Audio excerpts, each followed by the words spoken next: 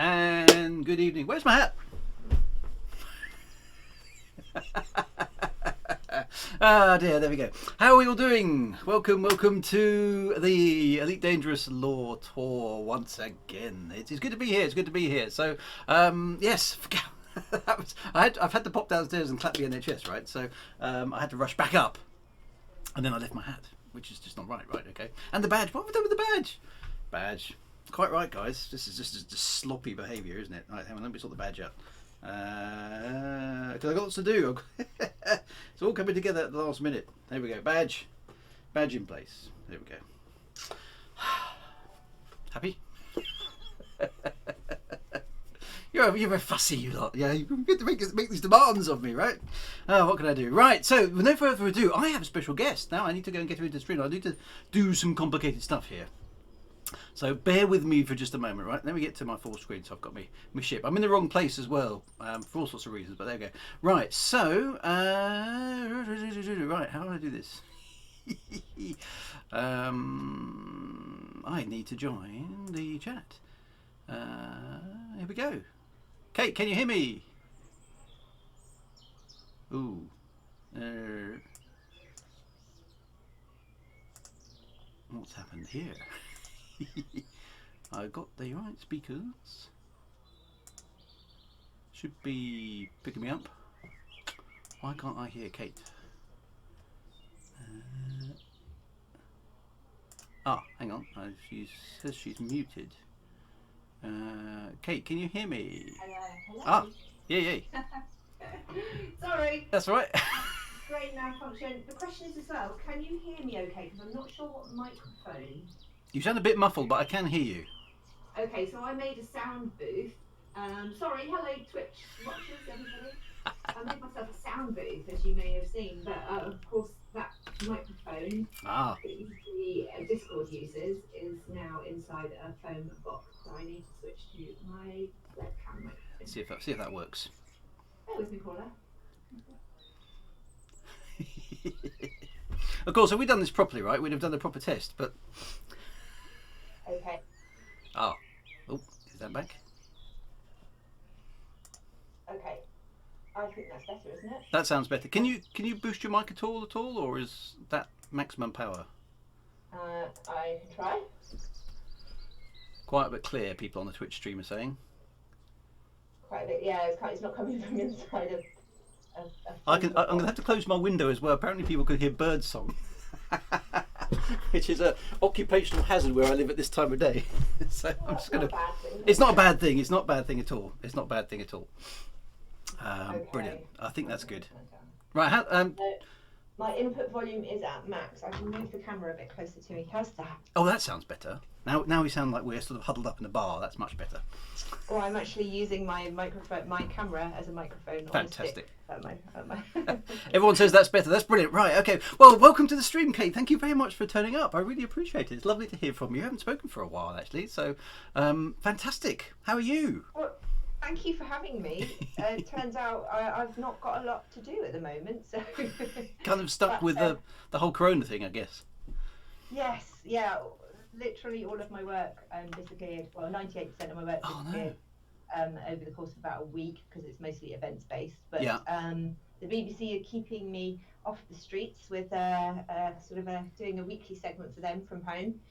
But it's given me a lot of spare time, which in some ways is good because you spend a lot of time sort of thinking about the other things that you've wanted to do. Like I bought some foam and I made my cats a bed, and I'm now possibly going to design that bed to do a Kickstarter and sell as a product. I've built myself a sound booth. Cool. So, and today I've been making videos. I saw you've been cooking as well. Oh well, yeah. I had a whole loaf of sourdough bread because I panic bought sourdough bread when I could get some. Yeah. I had a whole loaf of it that was going off. So yeah, made a huge bread and butter pudding, which is the first for me. It's very sweet. I am impressed.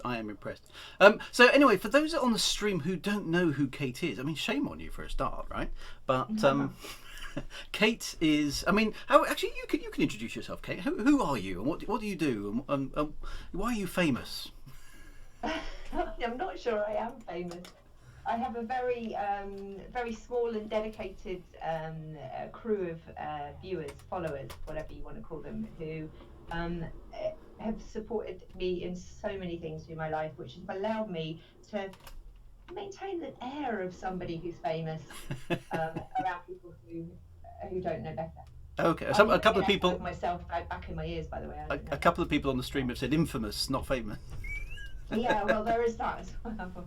But yeah, no. So I started out as a games journalist. All I ever wanted to do as a kid was be a writer, and I failed at education, so didn't really feel that there was much of an option for me. But I was really good with computers and games at a time when girls didn't.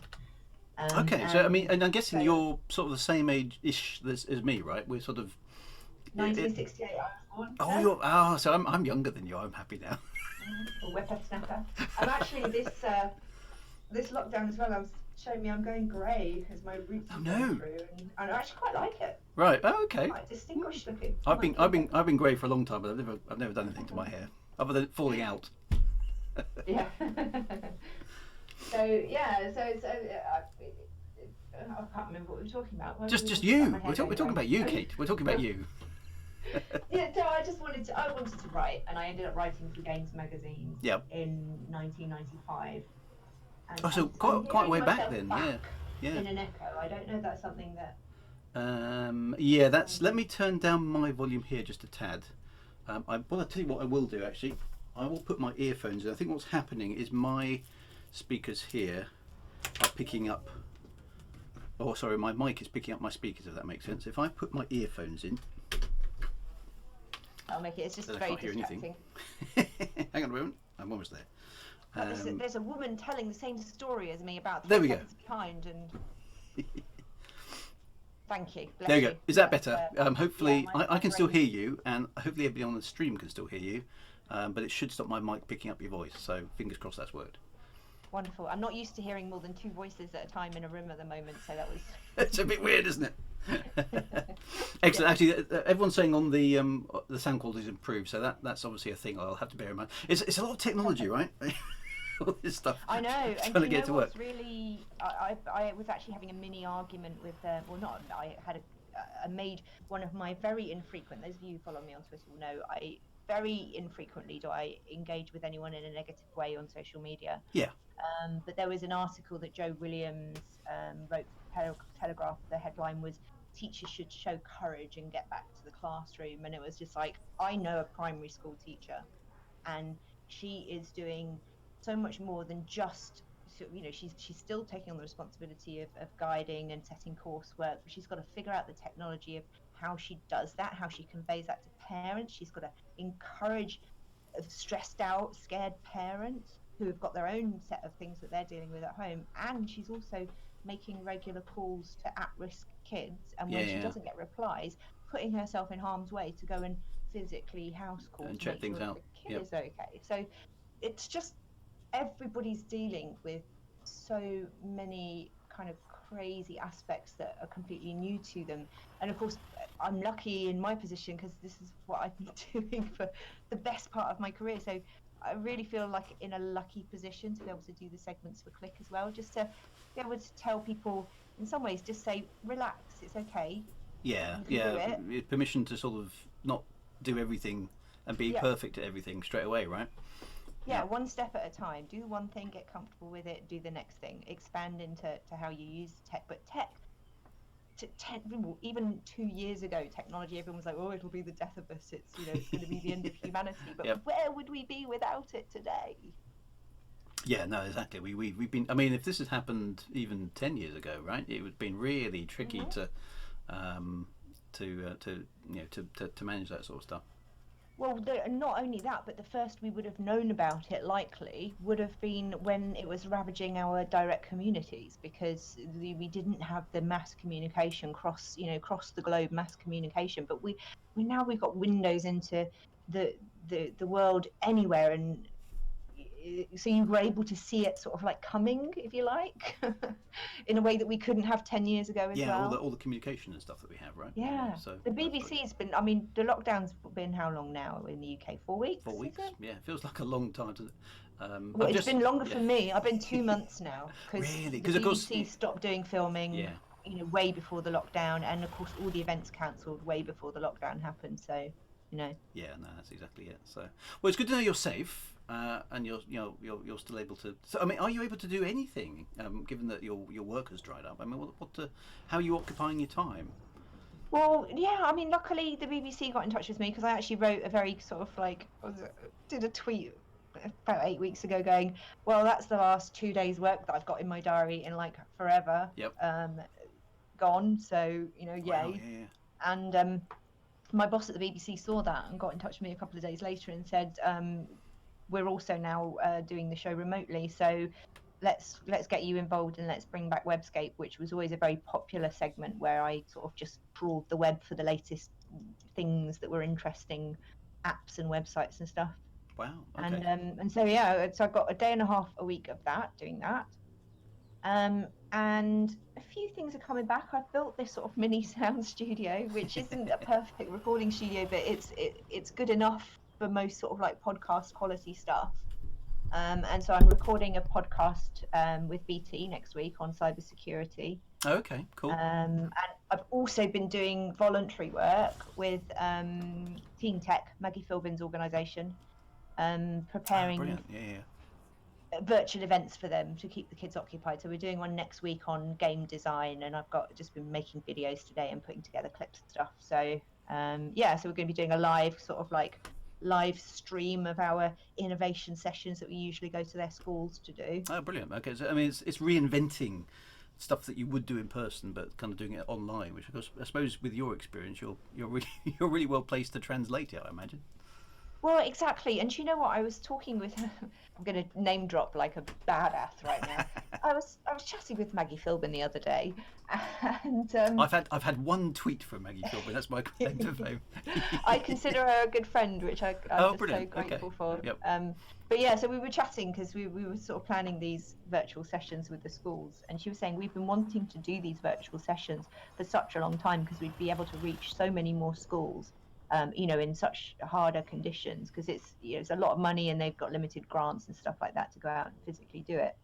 But virtual events is kind of like the perfect solution.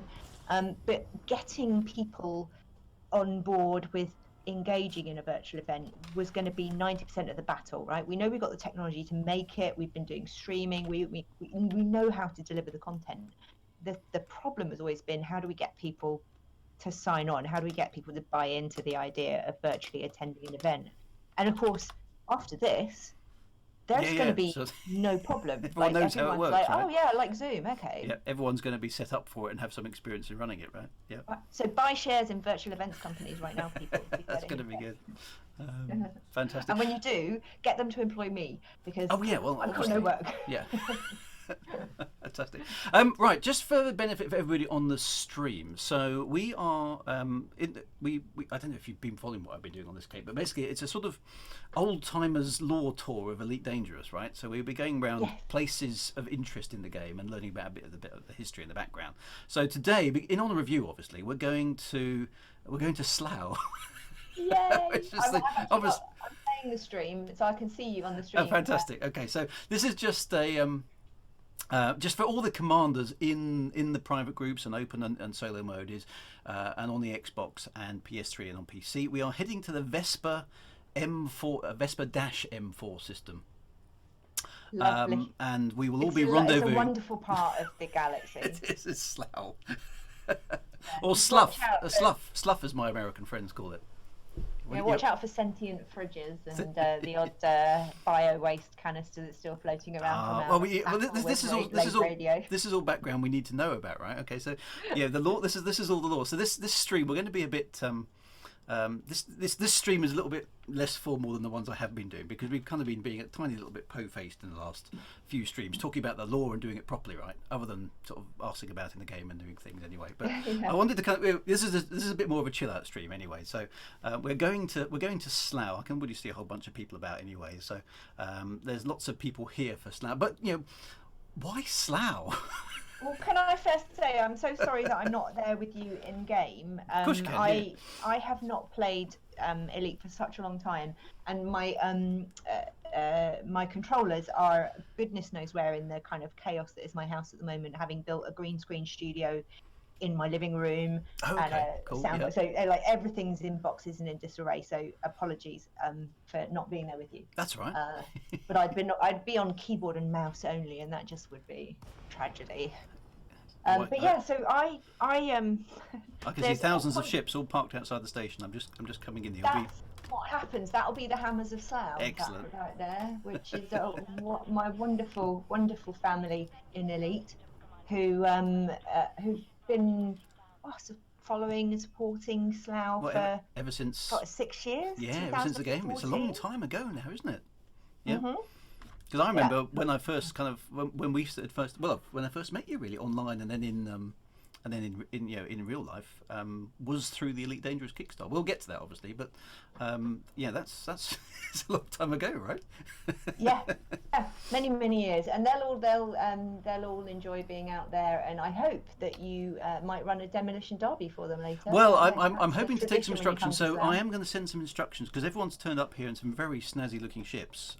So we're going to have to dish out some instructions, right, about Sidewinders in a bit, but we'll get there, because that's all part of the meta of this whole place, right, about Slough and stuff.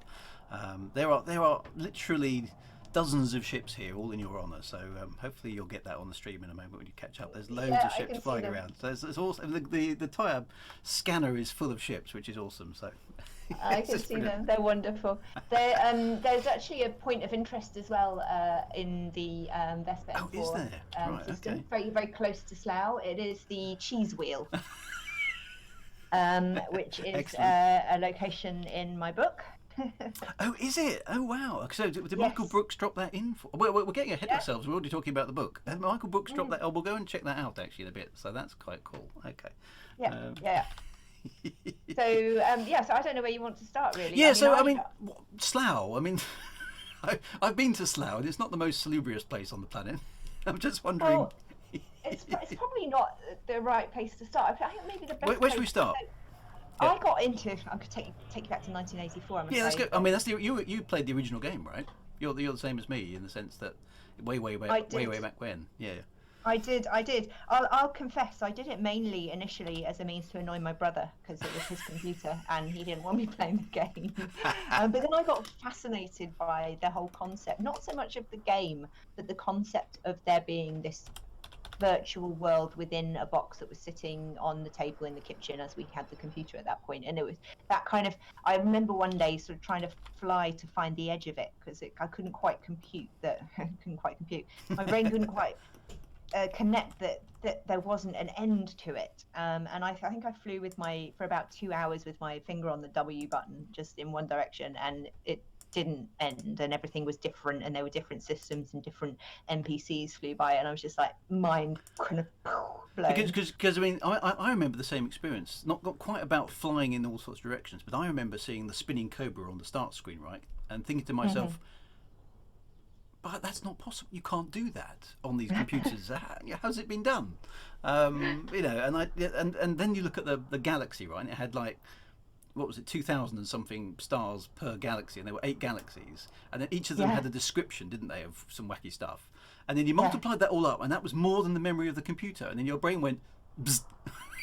Yeah, they managed to fit a 400 billion star galaxy onto 22 kilobytes of BBC Micro memory. I remember going, but how, right, at the genius of it at the time. Yeah. A really nice analogy. I know this off the top of my head because I've just been editing the video for the kids today, but you could fit over 64 million of the original Elite games on your average smartphone today. 64 million? Yeah. Copies of Elite. Excellent. But that's just insane, isn't it? What technology's done, but yeah.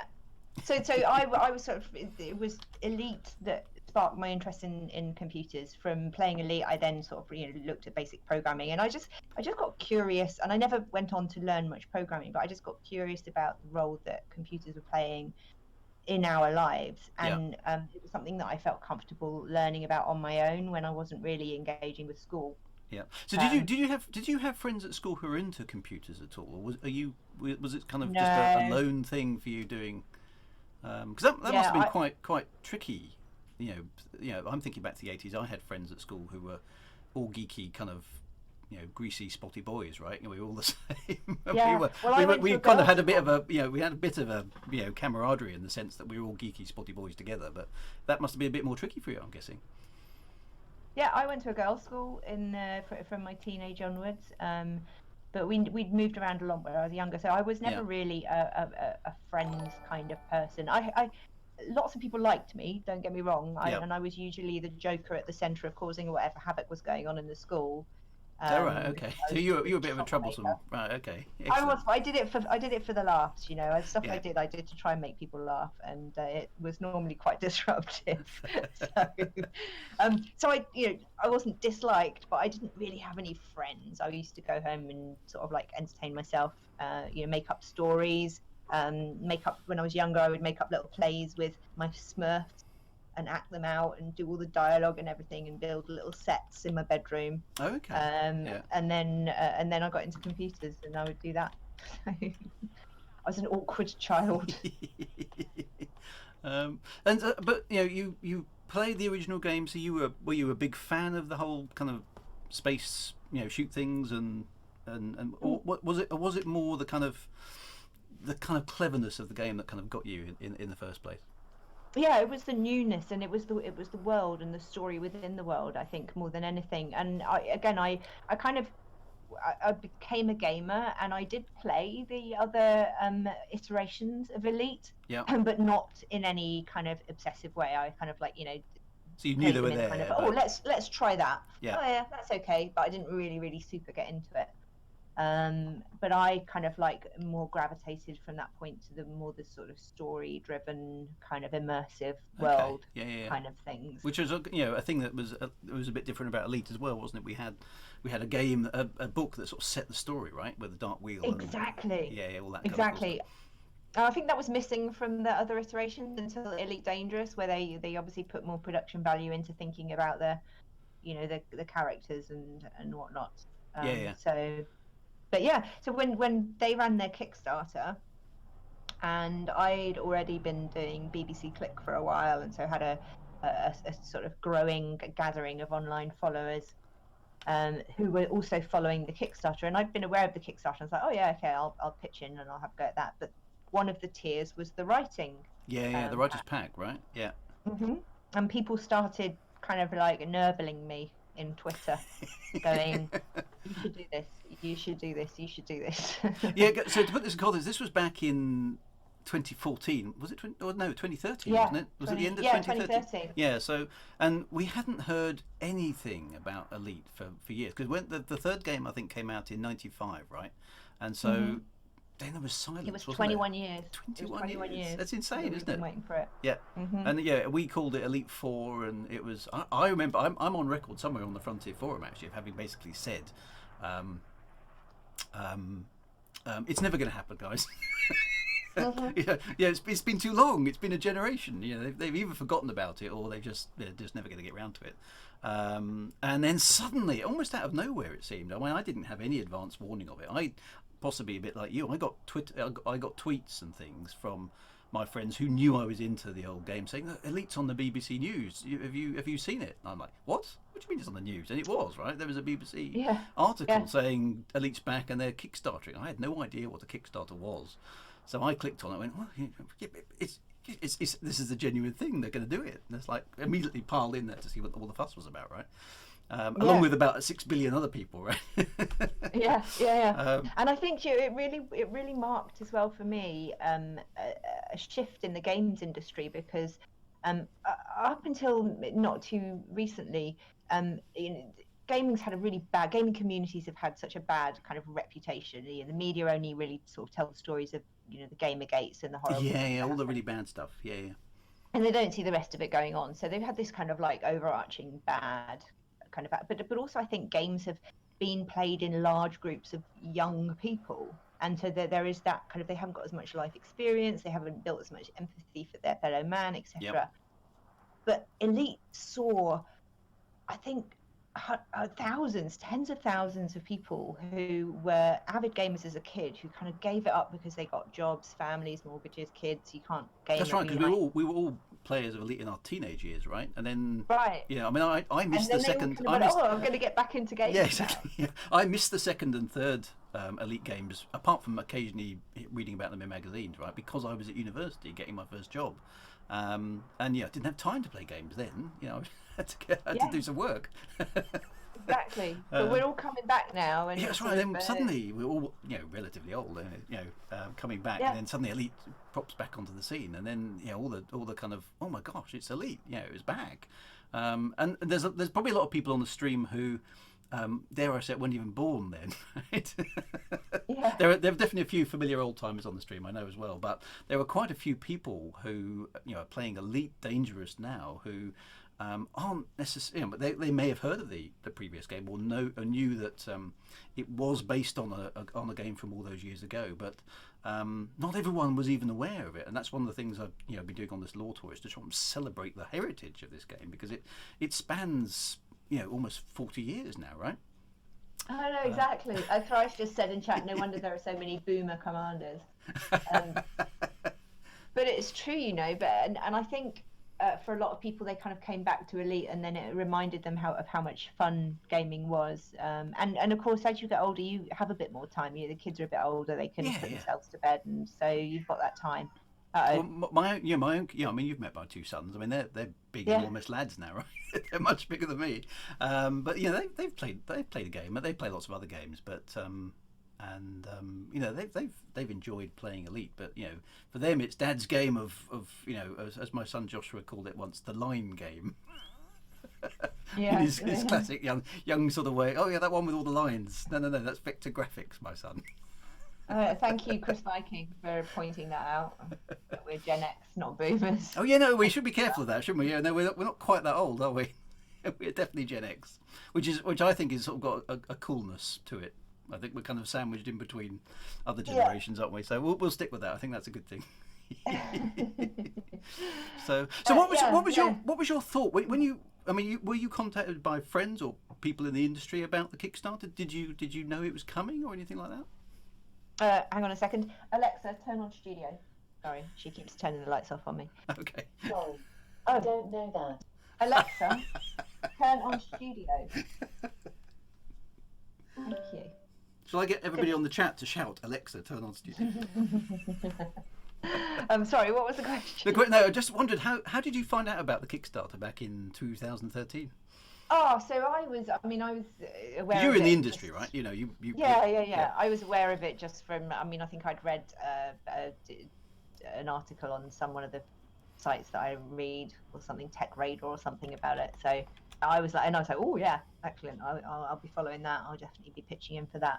And I hadn't really thought about it, but at the time as well, I was just in the middle of writing my first book that was going to be published. I'd managed to persuade a publisher, Crimson Publishing, to give me an advance and to write a book about the internet, which sounds a bit crazy, but it was called Working the Cloud, and it was basically just a book of tools and resources that I found to help people to do the stuff that you do in a business, but do it at home, just on your computer. So and I was halfway through writing that, and people were like, "Oh, you should do the writer's pack. You should." I was like, "Oh, I can't. I'm literally killing myself doing this book because you don't get paid a lot.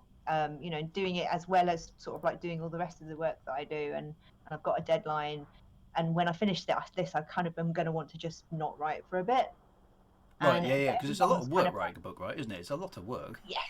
Yes, especially fiction is a lot of work and it's a lot of heart, but writing a factual book there's a lot is of research as yeah, well, and exactly. a lot of sort of fact checking and stuff. So it was quite intense, and I was kind of on the deadline at the point. But when I looked at it, so many people, and I thank you to all of those people who did keep pestering me, but so many people pestered me that I sort of read the thing in more detail. Yep. And I didn't have time to plan anything, and I thought, you know what, no one's going to support me. And you were doing a Kickstarter, because that was it, because basically everyone was saying you should kickstart, you know, look at what Drew's done, look at this, that, and the other. And I kind of looked around at what you guys were doing, and I was like, well, no one's going to want to help me buy this because I can't plan a story ahead of time. So, but I'll give it a go. You know, I'll put it up there and see what happens. And I don't know if you recall the text from my Kickstarter, but the opening text actually says something along the lines of, I have no idea what the story is going to be about. All I know is it's going to be based in the game world and 60,000 words. Yep. Yeah, no, I'm a huge fan, you know, this, that, and the other. If you want to support me, then do it. And actually, one of the reward tiers was a focus group. If you paid £101, I had 10 people in a focus group that actually helped me with some ideas, because I literally, when I closed the Kickstarter and had the money to make not only the book but the audiobook as well, I didn't have a clue what the story was going to be about. But now you're signed up, you've got to do it, right? You know, so no going back. You've got some money. Yeah, I know. I remember that Kickstarter, because I went on it and you know, saw the right. I actually sent a cheeky email before the. I don't know if you remember this, but when the Kickstarter first came out, the writers' pack wasn't one of the pledge awards, I sent, as the Kickstarter first came out, I sent a cheeky email to David Braben, having sort of reverse engineered his email address from the Frontier website, saying, yeah, there used to be a book that came with the original Elite. Is there any chance to audition to write a book for the new one, this Elite Dangerous thing that you've got planning? Now, I didn't ever get a response to that email, but coincidentally, maybe, and it may just be a complete coincidence, but 2 days after that is when the writer's pack appeared. So I don't know. I don't know if I had anything to do with it, but they thought, maybe we can make some money out of this. I know, speaking from Michael as well, I don't think they thoroughly planned it, because I don't think they even considered the workload. No, because it was a lot, right? Allowing 10 completely randomly selected writers. And to poor old Michael Brooks had he suffered a lot. So much work to do. Oh, poor fella. I do feel sorry for him. But I mean, I looked at it, and of course it was $4,500, right? And I said to myself, I haven't got $4,500 to pledge on that. And so one of my friends on a fan site basically said to me, well, why don't you start a Kickstarter to fund a pledge so that you can put a pledge on another Kickstarter? And I said, well, that's a stupid idea. That won't work. I remember actually reading a story about it in, again, one of the game portals that I frequent, basically saying, a Kickstarter to fund it's like a Ponzi scheme. That's right. What's going on here? Drewwagar is obviously a crook. There's lots. I've saved them actually on my you know, kind of on my hard drive for posterity, of all the press articles that came out about it, because there were quite a few. It suddenly got picked up, and then it spreads a bit, doesn't it? And I've got, you know, man starts Kickstarter to fund Kickstarter, Ponzi scheme online, Drewwagar, the author you've never heard of. All this sort of stuff, and then, but it worked, right? Because I not only did it work, but you opened the floodgates. Yeah, and suddenly lots of other people tried doing it, didn't they? And there were Kickstarters here, and you did one, and you know, a few of the other people did one, and there was one on Indiegogo, and you know, suddenly there were like all these pledges rolling in. Well, you know the thing as well. I have a little bit of a theory, and it's kind of a cheeky theory, so please don't take me seriously, audience. Although it's kind of serious. The core audience for Elite Dangerous, not only are they returning gamers with a little bit of kind of spare time, but a majority of them, because they were really super early adopters of technology, a majority of them work in IT, in probably reasonably well paid jobs. And so there was an awful lot of disposable income floating around during that Kickstarter with nowhere else to go. Like, once you'd got the top tier, you know, and the t-shirt and everything else that you wanted from the Elite Dangerous Kickstarter, there was still like a month of it to run. So you still had your credit card there, and then suddenly we're like, hey, you can put money into this Elite Dangerous project, and how about this Elite Dangerous? And I was like, yay! And so people did go for it, right? It did, and it you know, with the I was lucky because my Kickstarter got funded, I think, in a few days. I can't remember exactly how much it was. I think yours went in hours, didn't it? I think yours was like super Yeah, fast. it went really quickly, and I was absolutely floored and flabbergasted. Yeah, and then you suddenly think, my God, there really is a community out there who, are massive fans of this game. You didn't realise how many people. I mean, and it's interesting even now. I mean, I've been doing a bit of work for a client up in, up in the Midlands, just sort of remotely over Zoom and stuff, things like this. But I sent out an email to them just introducing myself, saying I'm here to do this review for you, and two people emailed back saying, "Are you Drew Wagar from Elite Dangerous?" So it's like, oh my God, I'm famous, kind of. It's and there's so many people out there who, especially in the IT world, right, who played a version of Elite at some point in their life, and Exactly. it's a big deal. Exactly. It's a big deal, right? Because the game has that longevity to it, all the way back to '84 and everything since. Yeah, exactly. And as I've learned, I think of the followers and the people who've supported us through these books, a lot of them also probably partly did it to try and make me suffer. I think that was Excellent. So, I mean, tell us about. I mean, you say you did a Kickstarter. Did you have any idea? You sort of said you haven't had any idea. You must have had some kernel of an idea, thinking. Well, no, literally, because I didn't. I honestly, if you read, I don't know if I can pull up the text of the Kickstarter, but I wrote it not having any, I was like, really? I'm going to do this because why not? But no one's going to want to support me because I've no idea what the story's about, and I don't have time to think about it now. Yep. And I wasn't due to finish writing my business book, and I was literally up against it. It was the end of, if you're ever on a deadline for writing, the last few months you're always cramming. So I was like, I don't have time to even think about it until after that date. But if I get funded, then I'll think about it at that date. And so it was, I think, a month after I got funded was the date that I finished my business book, handed off, and I was just sat down. I was like, right, okay, what the hell am I going to write about? Yeah.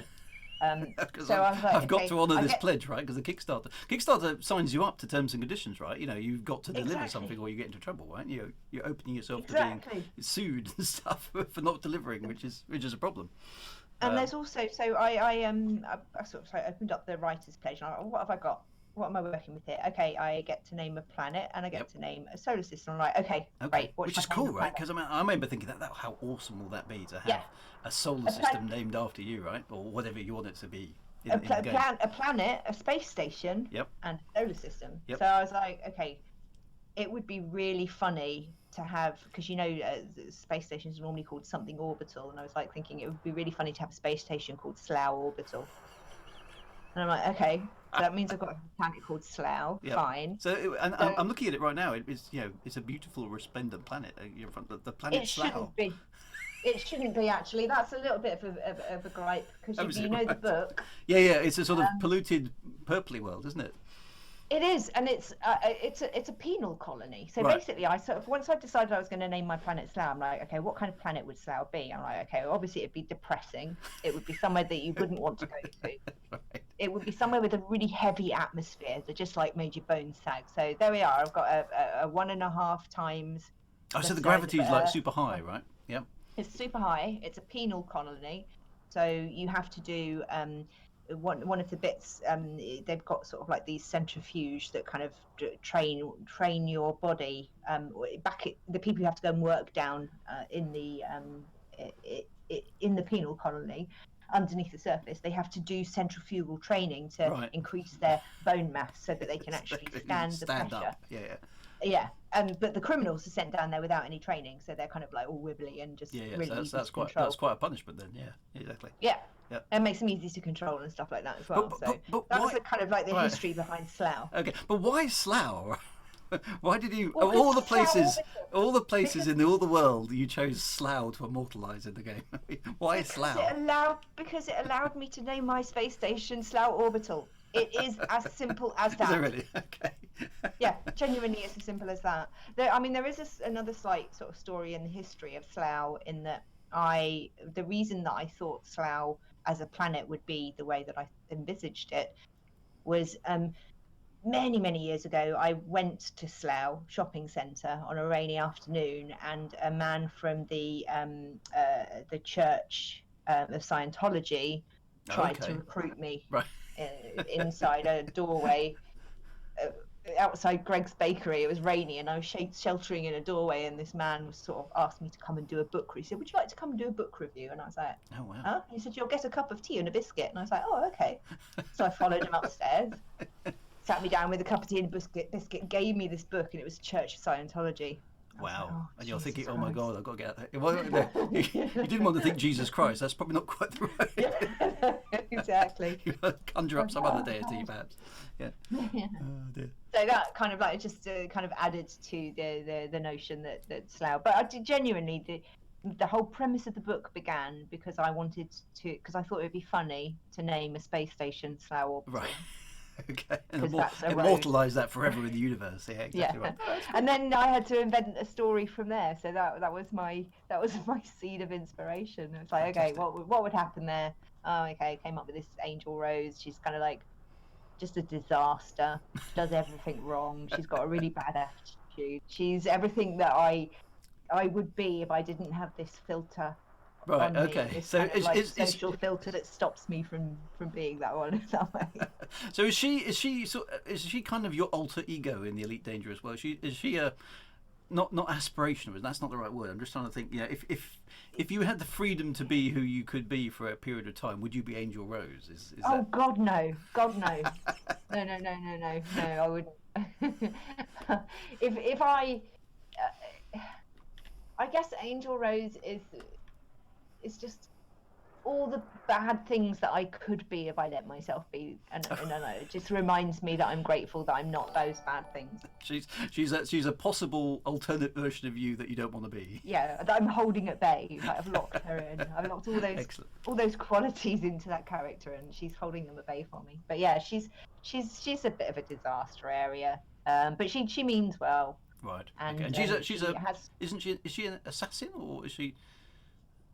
No, she's just an accident. She's literally everything that happens to her, she kind of becomes. It has to join with this band of space pirates because she gets herself in a situation, and then it just one thing just snowballs into the other, and none of it. She doesn't do any of it. It's a bit like she goes through life kind of like falling from precipice to precipice. Right. Like she's just saying, and now she's tripped over and she's in that situation. So none of it is really purposeful. Yeah. She's just, but she's just tripping from one disaster to the next. And she's got an awful mother. I remember reading that. She's got a dreadful mother, but she ends up being indentured to a financier and having this dreadful robot follow her around to make sure that she is not make sure she's being frugal and not endangering. Right. Yep. The investors kind of money investment. So was it were you inspired, I suppose, to write an Elite Dangerous story by the fact that Elite had this narrative history? Because I mean, obviously your books are like a comedy, kind of. It's got a sort of Douglas Adams-esqueness to it, I would say. It's a dark comedy. A dark comedy, right? And the Elite universe always had that Douglas Adams-y bit to it, right? With the edible poets and Mostly Harmless, right? Is a name that one of Douglas Adams' books was Mostly Harmless, right? As well. Yes. And Mostly Harmless is a rank in the game, of course. So there's lots of little connections there. No, exactly. And actually, again, a lot of the plot line came from this Kickstarter, because my Kickstarter had the various different tiers, and one of the tiers was you could name a character that I promised I would murder in a very gruesome way within the pages of the book. No, I remember this. There was a really, I mean, there was lots of places where I remember. I think it was. I got a feeling it was me and Stephen Usher, and we were reading your book. And we both got to, I think there's a chapter near the middle with something to do with the belt. And I remember us both were reading the same part of the story. And we both sort of just crossed our legs at the same time. Yeah. Well, that was exactly my intent as I was writing those passages. Like literally, physically, that's what I was in my head. I was trying to elicit that kind of reaction. So that's good. I'm Excellent. pleased that It was kind of like, oh, and seeing a side to you that we hadn't necessarily seen before. Perhaps, I know. Yeah. Well, I've written short stories for a long time, and I love to do a really dark, twisted tale too. So I love horror, and I love zombie games, and it's just that's my kind of beat. So it was a nice opportunity to express that side of my creativity. But I did, again, it was a lot of the story was driven by the stuff that I had to do.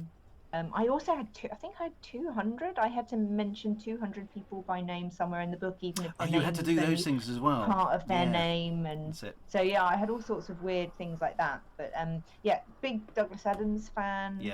Of course, was excited by the world that we got to play within in terms of the space. It was a shame, as I'm sure you'll agree, it was a shame that we didn't get to play the game before writing the kind of some of the space combat scenes and stuff like that. Yeah, that's definitely a thing. Kate, I'll come back to that in just a minute. I'm just going to give some instructions to everybody who's on the stream in the game and various other bits and pieces.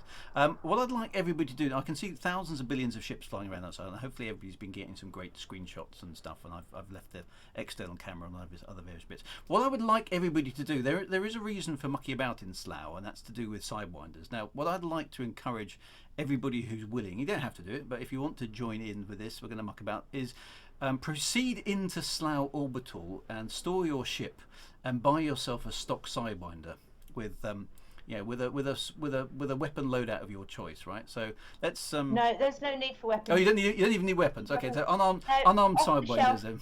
No upgrade. You're not allowed to upgrade the shields. No. So absolute base spec. All right. Base. There we go. Base spec sidewinder, presumably E-rated, no shields, just whatever it comes with, right? Okay. So nothing at all, right? Okay. So that's instructions. You'll need your shields initially when you're just sort of like preparing, but actually the whole point of the demolition derby is you play it with shields off. So right. Okay. So right, so we'll get everyone on stream. This is the light-hearted part of the thing. We're going to do a demolition derby, of which I think I've taken part in one once before, but I'm by no means an expert. So I'll expect Kate to give me some. Are you going to compete? Who's going to be the judge? You kind of have to sit on the rim and. Well, maybe given it's I'm the stream, maybe I should do the judging. I mean, I've done this before, so I'm okay, right? So maybe I should do the judging. So anybody who wants to take part, get inside Slough Orbital now. Park your current vessel. Buy yourself a stock, utterly base vanilla model sidewinder, and then report back out for duty, right? Army Squirrel wants to know how to get into the instance. Is there anyone who can group with Army Squirrel? Army Squirrel. And Playpy can't instance either. We got I've got one other gap on my wing here. So maybe if I can probably do one of those myself. Plex. I believe Slough is an anarchy now, so although it is wise always to turn your report crimes off, I don't think anyone's going to help you out. It's not going to do anything in Slough anymore. Philly, is that still the case? Is Slough still an anarchy? I don't know.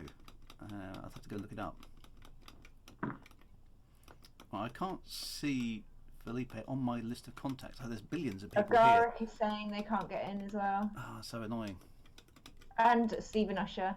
Oh no, we've got to have Stephen. Dear oh dear, why can't I normally can see Stephen on my friends list, but I can't see him either. This was always so we do. This is always a problem with the game, right? All this peer-to-peer. So for those of you who wonder what on earth we're doing, the group that gathered around and supported me through the Kickstarter became the Hammers of Slough, and we kind of hang around in Slough. And one of the things that we are famous for doing is demolition derbies, which everyone gets the sidewinder. They go into the kind of like the bowl inside the space station's entrance by around the toast rack, and they fly around in circles at each other until there's only one person standing. So literally a demolition derby. Literally, and always when we do demo derbies, Drew, the first 10 minutes is spent instancing everyone. Yeah, so that's we'll have to kind of see if we can play. Now I've managed to get Stephen Usher onto my wing, so that's a thing. I'm just going to position myself in front of the entrance so I can sort of see the whole demolition, and I'll go. Maybe those of you watching who are already, the pads are full as well. Yeah, that's the other problem. Well, that is the other problem with, since they put the cheese wheel into Vespa M4, we do get a lot of belugas and whatnot docking just NPC tour ships, so they do interfere gameplay sometimes. So that's just NPCs doing their thing, right? So I'm gonna sit outside and just watch, because I think that's going to be most amusing. Just making sure my ship is not moving. I think that's good. I think it's the space station's just rotating. So right, rival horseman, can you get somebody who is instance with Drew in your group so that you can all instance in to Drew? See if we can break all of the break all the instancing, break all the servers at the other end. Frontier probably won't be very happy with it, but there we go. Never mind. So when the game finally launched, I actually did a 14-day charity stream for special effect over Christmas. Oh right, yeah. Just directly after launch, or a month after launch, we did it, and that's how most of the hammers actually gathered around. But we definitely fill up a zone. I've seen this so many times. I can see a lot of NPC commands, lots of sidewinders now moving around. So people are beginning to try out the loop. Yeah, you need to make sure you've got your headlights turned on so that you can, and you should probably get a bit closer so that you can actually see people. Okay, where's the best vantage point? Is it? I used to just sit on the lip, like literally sit down on right. the lip looking into it so that you can sort of see the toast rack, and then let's do that then. Okay, so I'm going to get myself in position. Also sitting there, you'll get a beluga up your arse at some point. So if I sit on the lip here, I don't want to get too close because I'm going to ram. Ooh, there's some sticky up bits. There we go. I can sort of see the bowl there. Is that a good angle? Just kind of still waiting for your screen to update. I can sort of see. Yeah, the bowl. there you go. Yeah, and you can sort of like move from side to side. Yeah, so I can sort of see, and hopefully we can see everybody. So have you got to fly inside that? Double red ring. Is that the rules? The rules are everybody get into your sidewinder. Yep. Everybody turn on your headlights so that we can see you easier. Yep. And just sort of like float with your shields on at the moment. When everyone's ready, we do shields off. 3, 2, 1, go. Right. And then everybody has to fly around, staying below the upper red ring in that bowl. Okay. So those are the rules. You've got to be below that. Sometimes you might get hit out of it. Yep. And you've got, it's down to the judge to say you're hanging around up there too long. You've got to get straight back down, because if you hang around too long out of trouble, then obviously you're going to be not in trouble. So was this one of the first sort of Elite Dangerous sports? Because I think it might be, yeah. Because I mean, we played this. You could have played this right in the early versions of Elite, right? Before we had we did. Horizons landing and all that kind of good stuff. Yep. This was actually born the first. I do believe, correct me if I'm wrong, Hammers, in the audience, but I think that charity stream that we did, we ended it. So basically, the charity stream over 14 days was me journeying to Slough and learning to play the game. And we picked up loads of people along the way. And on the day that we arrived, 2 days before the end of stream, we arrived in Slough. And everybody was there, and it was a big party, and it was Christmas, and there were party poppers and everything. And then we invented the demo derby. Basically said, there are so many people here, you guys should get in the bowl and explode each other for my entertainment, and they did. So looks better like that. So that's awesome. So I mean, is this referenced in the book at all, or is this just something that happened as a result of the Hammers doing the thing? Something that happened spontaneously because I wanted to see everyone blow up. Best way, really. Yeah, definitely. Yeah. That's awesome. So I mean, going back to the book again, what was the process for you of getting the book approved? I mean, obviously we had Michael Brooks, who was working desperately hard trying to, I mean, not only help us, right, but build a game, build a game as well, right? Because he was the executive producer of Elite Dangerous, right, at the time. Yeah. And he was. I mean, I was giving him a hard time, saying, "Come on, Michael, where's my star map? I need to know how this is all going to work." And the star map became a thing, right? And that's I ultimately used the star map as defining exactly how long a frontier soon was. Because he basically said it'll be coming soon. So I started the clock timing at that point, and it was like it's about 9 months. Well, I think I was in a better position than you, because the couple of points where I needed, you know, sort of like points of reference in geography and where, you know, how long is it going to take to get from here to here, you know, where physically are things. They weren't, the detail of them wasn't so integral to the plot line that I couldn't carry on writing the plot line. So there were a couple of chunks that I've just sort of like put brackets around and said, need to fill that in when, you know, when I get that information. But ultimately my story was about the character and her kind of journey, which doesn't happen on a grand scale like yours. It, you know, it kind of happens within her own little world, and within, you know, she barely even leaves Vesper M4. So I think it was a bit easier in that respect. I must admit, I did, when I was plotting my book, I was doing. I did design a plot that I could sort of lift in and out of the Elite Dangerous universe without too much trouble. You know, it was sort of a political shenanigans kind of plot, right? You know, and you know, bad, you know, skullduggery and underhandedness and all that kind of good stuff. But the bits I needed were basically some of the wares and, you know. Exactly. So for right up until about the last few weeks, I had insert square bracket Imperial World TBD close square bracket in the script, right? I kept saying to my kind of breaks the immersive flow of writing as well, doesn't it? When you can't actually call things what they are. So that was the thing. But I mean, what was the approval process from your perspective? Getting you know, sending the final version off to Frontier and then and getting it back with a it's okay. Yeah, what did that feel like? Yeah, I mean, I didn't have as hard a time as everybody else. I think because there aren't technical details. I mean, but there's very really little in there other than a couple of sort of space combats that would say, oh, this is happening in the game of Elite. So there wasn't that much for him to check. Because of a lot of it happened kind of like within the space station or within a, you know, and that's all up for grabs. There's no kind of there's no direction from Frontier on what that would be like. He did actually have a problem with me initially. He came back because right in the beginning of my book I explain about the zero gravity training that the young kids used to have to do to be able to work down in the penal colony under the great gravitational pressure.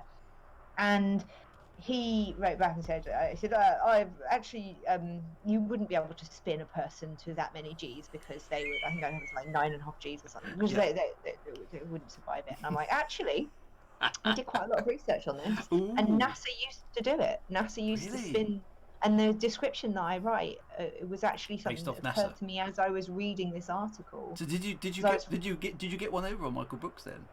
I did, and I pointed him to the article, and it was from a scientific journal, and he was like, "Oh, okay then." he's very. I mean, to be fair to Michael, is, you know, he loves his accuracy, but yeah, if you catch him out, then he just puts his hands up and goes, "Okay," doesn't he? No, and honestly, I'm glad that there was somebody who was that much of a geek over all this stuff to care about it too, because the worst, you know, the one thing you don't want to do when you're writing a book for massive fans of a game or any kind of popular fiction kind of popular culture kind of thing, you don't want to get something really wrong, because then everyone's going to hate you. Yeah, well, this is what I was worried about, right? Because when I first looked at the Kickstarter, I was like, oh, Elite, I know Elite like the back of my hand. I played it for ages and ages and ages, and then but somebody on my Kickstarter said, so what are you going to do about the other two Elites? And I was like, other two Elites? What's he on about? I was like, oh God, yeah, there were some other Elites. What are they? I'd completely forgotten, which sounds dreadful. And I thought, I better go and dig those out, find what they're about, and go and play them. And I had to go and learn about, you know, Elite Frontier 2 and Frontier First Encounters and refresh. I did remember them actually, but I had to go and refresh my memory of what was going on there. And because we didn't know right at the beginning, right, that Elite Dangerous was going to be a sequel to, you know, all three in the saga, right? Some people said it would just be off the first Elite, but it wasn't. It follows on kind of lore-wise, chronologically from all the other games, which means, of course, that you know, there's a lore of timeline and story and everything that goes on. Because we got some sort of insider information, didn't we? We're not allowed to talk about it too much, but we got all these writers' guides, didn't we, that told us how stuff was going to work, which was quite cool. Sign NDAs and that's it. Yeah.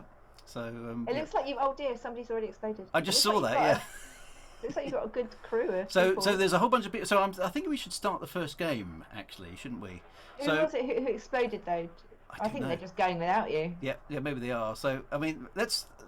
If I can call order here on my stream, let's. Anybody who is in the Sidewinder, can we? What do? Do you line up on the start line, or do you sort of just hang in space? You just get yourself hanging in underneath the okay, upper so red. Everybody who's in the. What is it? A dish, the bowl? What do you call it? The arena? Yeah, the bowl. Yep. Okay. Everybody who's got a Sidewinder who's in the bowl, get yourself underneath the red line.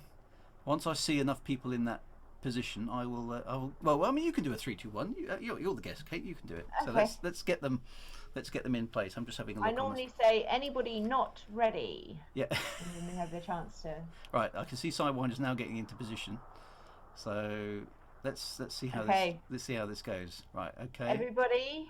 Yep. There is no glory in staying out of trouble. One last person, commander standing. That's right. So shields are off. Shields are off. Shields are off. Everybody. Yep. It's Shields hull. Off, it's lights hull on. only. Hull light. Lights. External camera lights on. I think there's stack loads of ships sitting there. So 3, 2, 1, go! Engage. So just fly at each other. Yep, and you're trying to ram each other and get rid of it and kill each other. I can see people spinning around. Excellent. Right, they're off. They're definitely off. You're supposed to be shoutcasting it now. Oh, someone's died already. There we go. You're supposed to be targeting them. And I've got to target them. Right, okay. That's who we've got. That's who we've got down here. We've got. Somebody's caught in the. Yeah, someone's died. There's a commander's down. Misty the First. We have Commander Stooges. We have Stephen Usher's down there. He's still alive. Commander Teal. You can see how much health they've got as well if you get them all. What I used to do Misty is actually the First.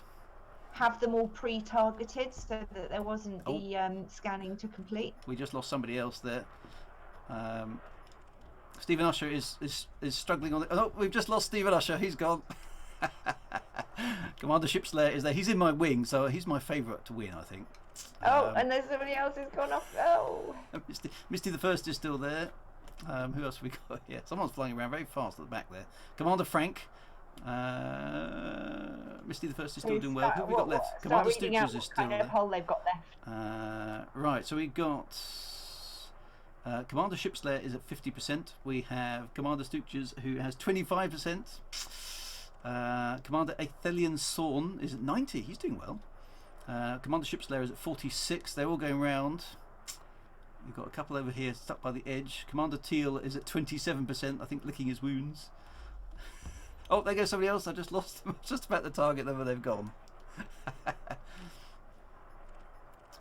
Very much. Commander Kelvinator's down there. I'm just trying to get a target lock. Shipslayer.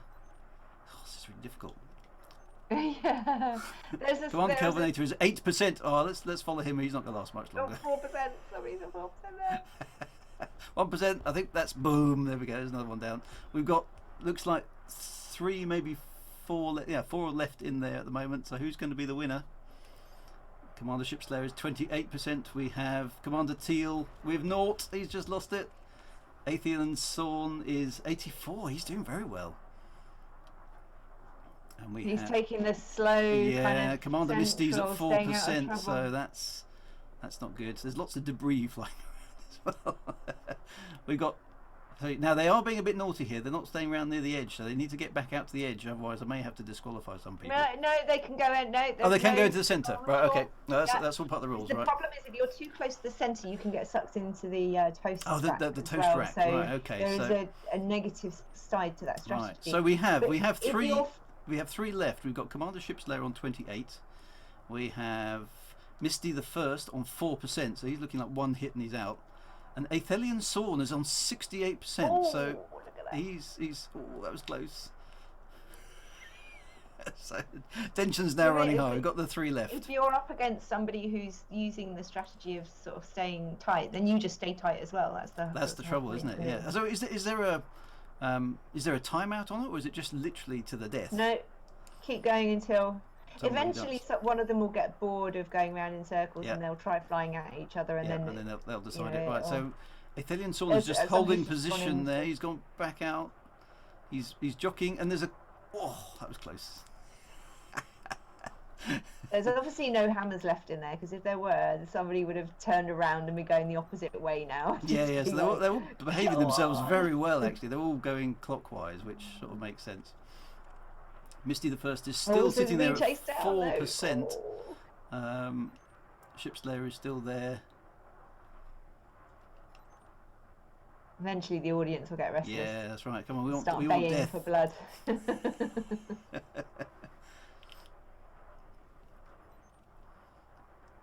Oh, there's a bit of there's a bit of stuff going on there. Marvin Darkstone, hello my dear. I just reminded, we did this in Anacondas in beta. Oh really?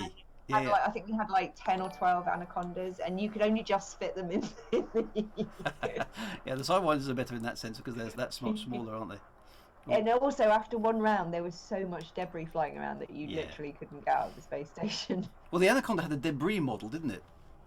Yeah. Yeah. So, someone's just bitten the dust. Who was that?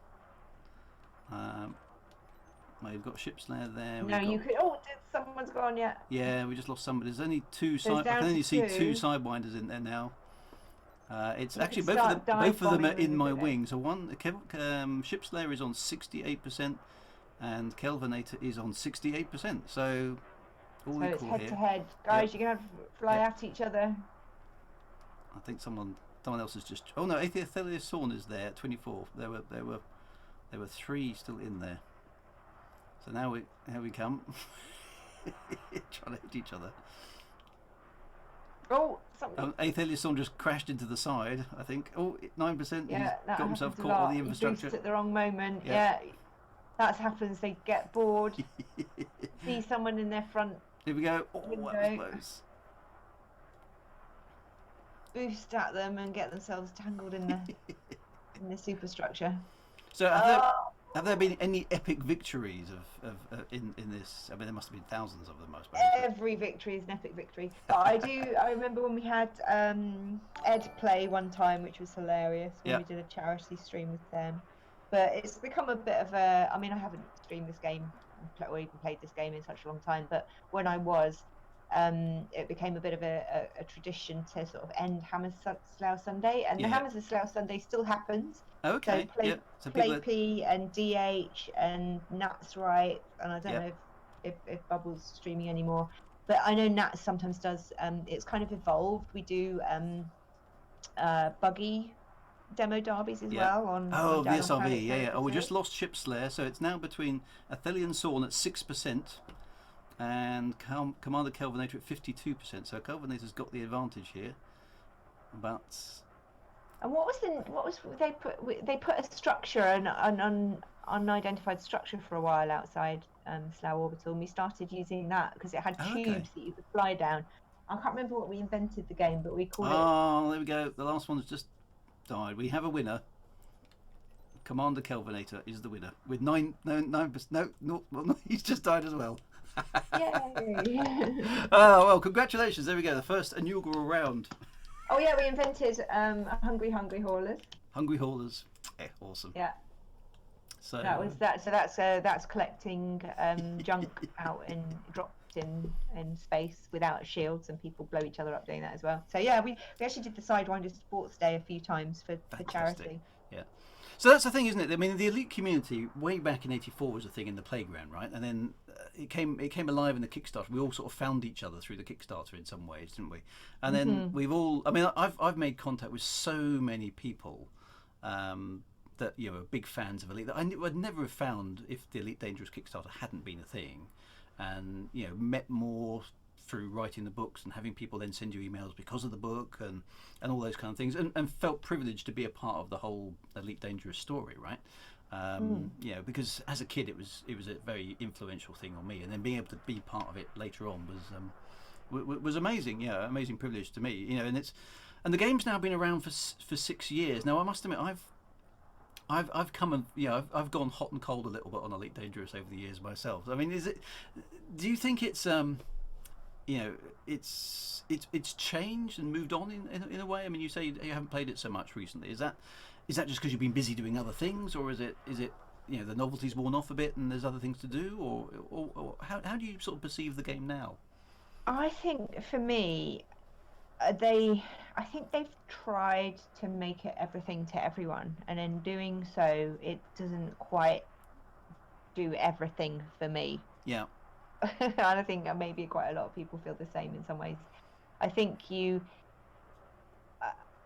have to choose your market perhaps a bit more, in a bit more of a defined way. It's beautiful, and it's really lovely, and the exploration's great. Yeah. But I kind of had done what I wanted to do, and got interested in another game.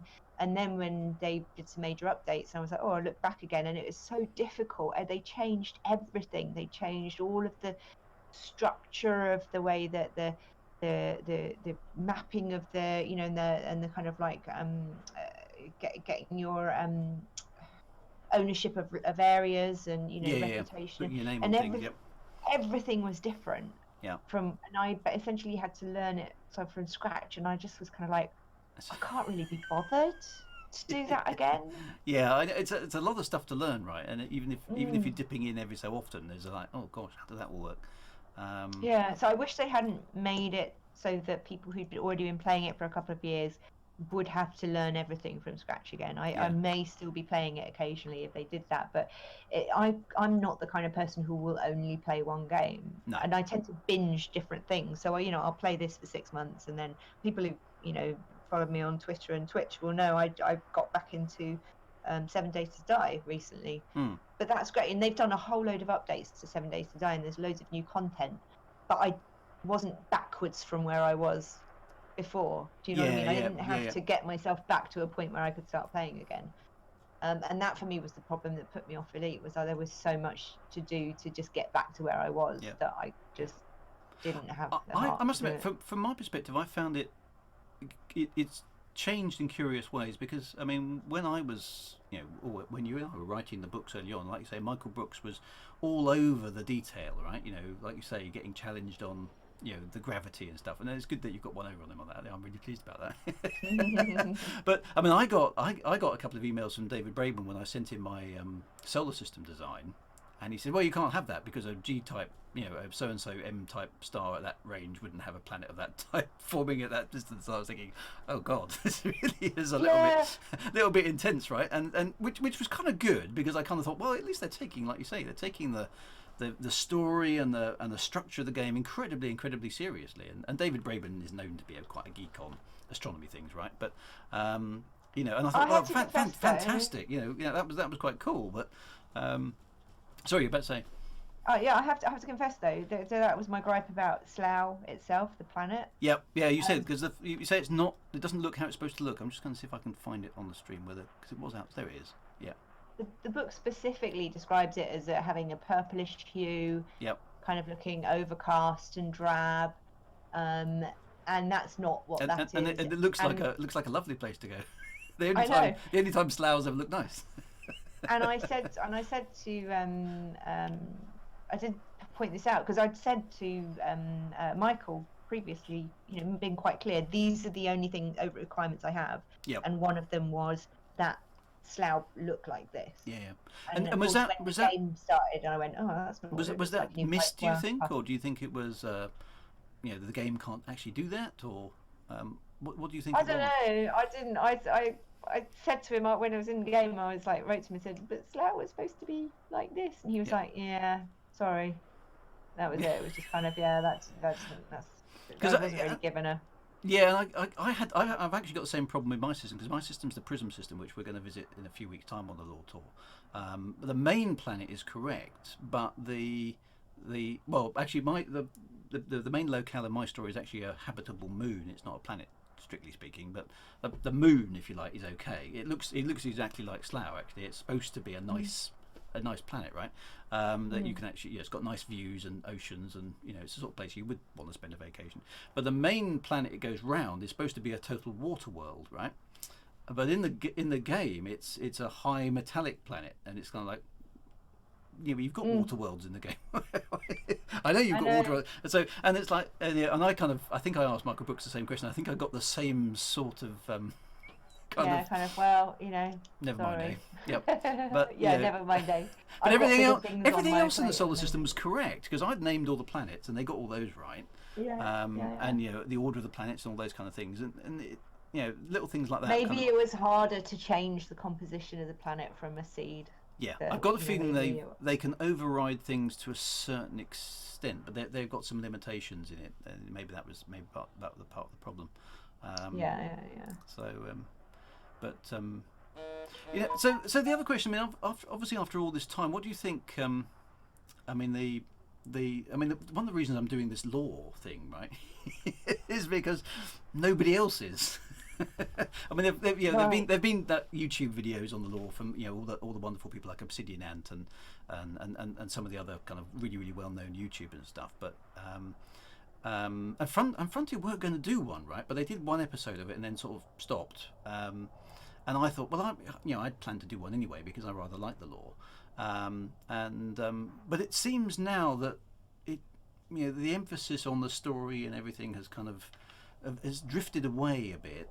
Galnet no longer is a thing; it's been shut down. The CGs that we all used to kind of take part in have kind of all disappeared, and all the attention has been focused on this kind of weird new era thing that's supposed to be coming at the end of the year, which we really don't know anything about. And it feels like to me, the sort of rich legacy, if you like, of all that story that we had growing up from the 80s, all the way through the elites, is sort of almost fizzled out, and it's kind of like a bit weird. I mean, people come and go, obviously, at developing games developers as well, but it does feel a bit like it's kind of drifted away. And Michael Brooks isn't involved in it anymore, so all that kind of old guard crew, including you and me, is not there.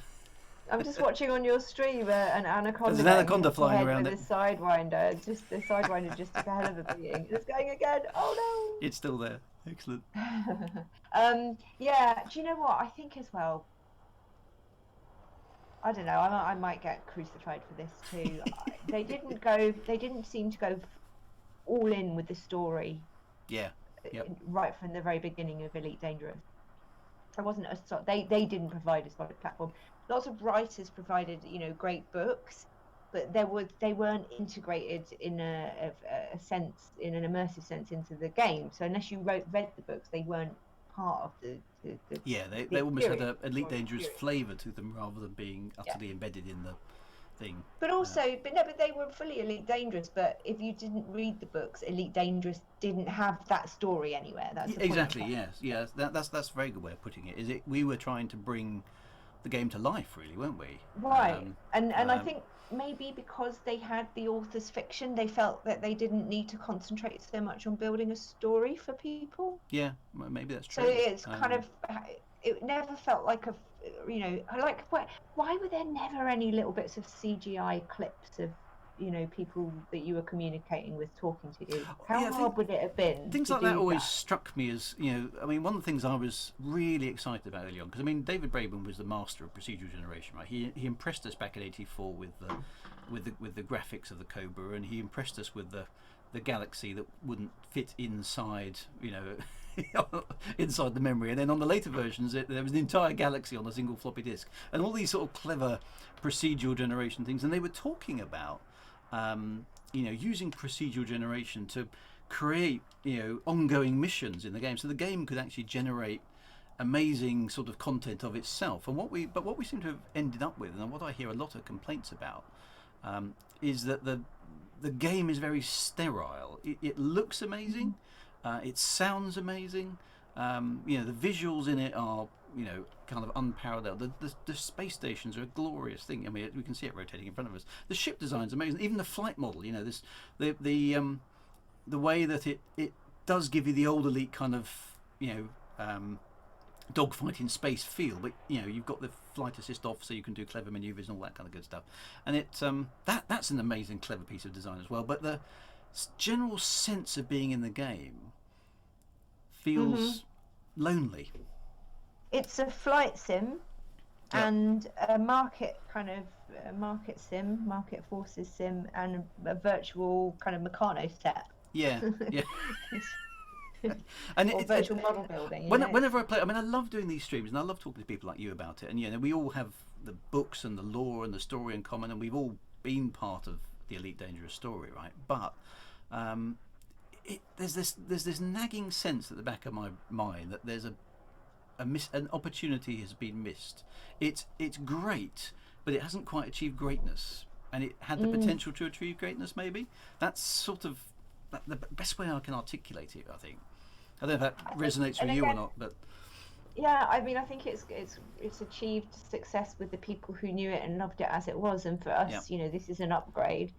But if you're trying to invite new audiences to enjoy the game who've never played Elite and don't have that kind of personal affinity with it, you need to give them something of more production value as they expect from games. You know, you pay 30 quid for a game, you expect to get a cinematic sequence, you expect to expect to get these kind of rich, highly produced elements that, and whether that's good or bad, that's the way it is. So you're either going to attract a mass audience and it'll achieve greatness, in which case you do those things, or you keep it pure and you keep it to what its intent was, and you accept that your audience is only ever going to exist at a certain size.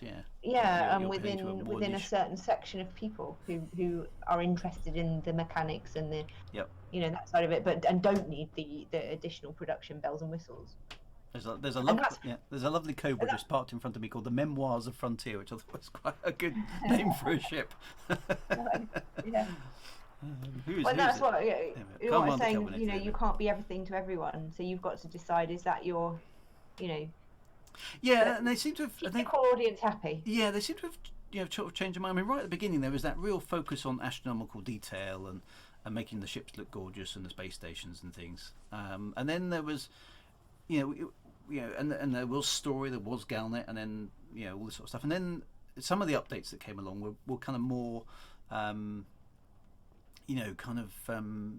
Things like the engineers, right? And it was all tweak your ship on, do this, gather these materials, craft these materials. And it began to feel much more, a bit more like Minecraft. Minecraft in space. the elements that they added and improved, first of all, it was, sort of like the political play. They added the system. I can't remember what it was even called, but power play, wasn't it? Power play.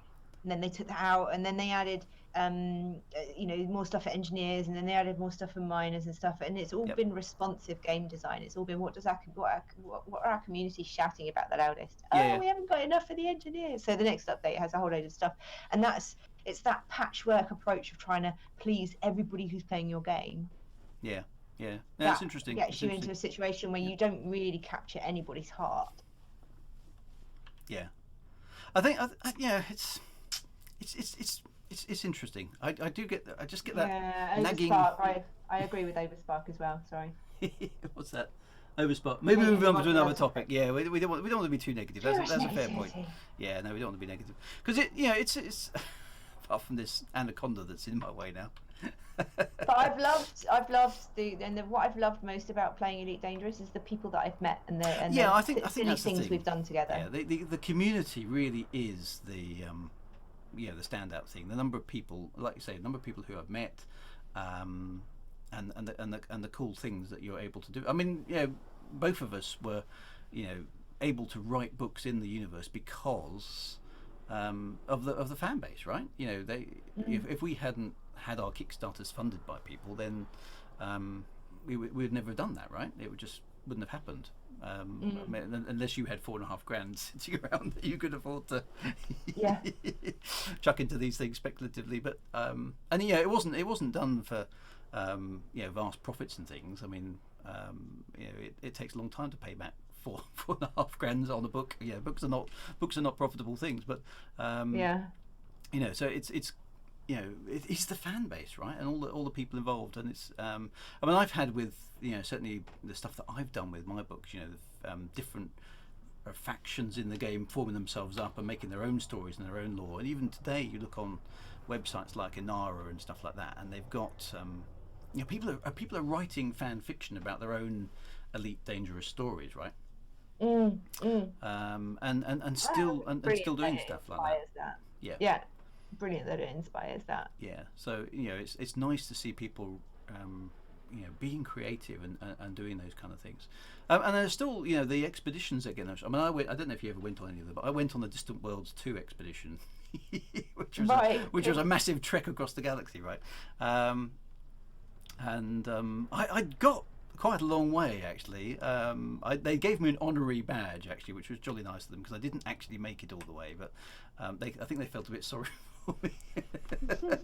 I sort of began to run out of time doing it, but there were thousands and thousands of commanders, right, who traipsed all the way across the galaxy and then all the way back again. In the name of exploring this procedurally generated universe, right? Which is I know, which is an amazing thing. Yeah, it's totally insane as well, but it is quite cool.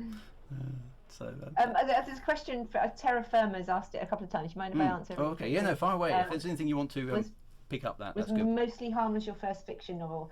It was actually the first one I had published, but I then got dusted down something that I'd written many years before, and my publisher, Fantastic Books, also subsequently published that, which is Bookkeeper's Guide to Practical Sorcery. I was going to say, yes, very different. Yeah. So I mean, did Mostly Harmless sort of springboard you into doing more writing? Because the Bookkeeper's one you'd written before, isn't that right? Yes. And I mean, the only thing I ever wanted to do was be a writer. So right. I'd written the Bookkeeper's Guide to Practical Sorcery, which is, I don't know if you agree with me, but when with musicians, when you get a band that becomes big, suddenly their first album is always their best album, and then the next albums, for the main part, the next albums kind of are not as good. And the reason for that is their first album is all of the songs they've been working on and had rejected and gone away and tweaked and had rejected and put into one album, right? And then they're asked to churn them out. The tricky second album, they always talk about that, don't they?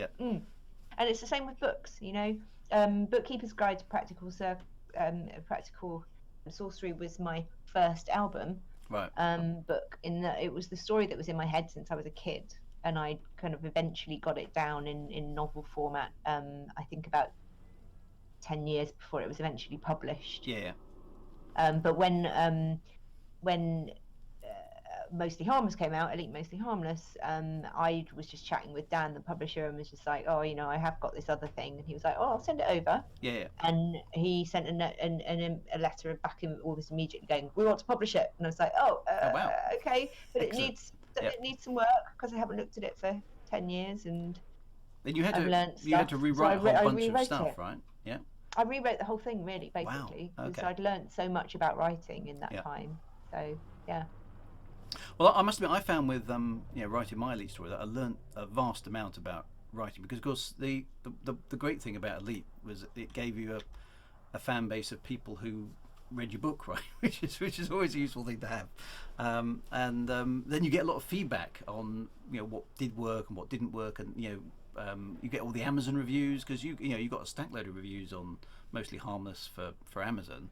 And then some of them people really love the story. You get the occasional one where people weren't quite so impressed, which and you've got to look at that going, okay, well, I didn't, it wasn't perfect, right, but I can improve my craft if I keep an eye on it.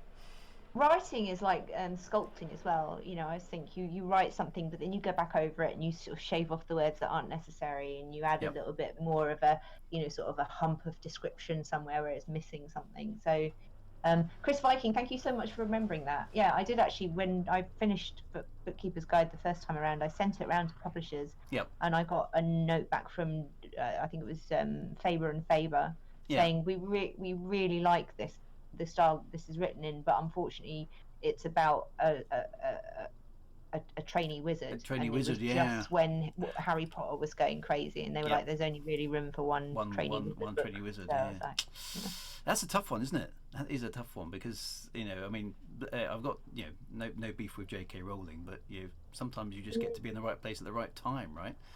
It's also short-sighted, because I don't think I think there's room for more than one trainee wizard in the world.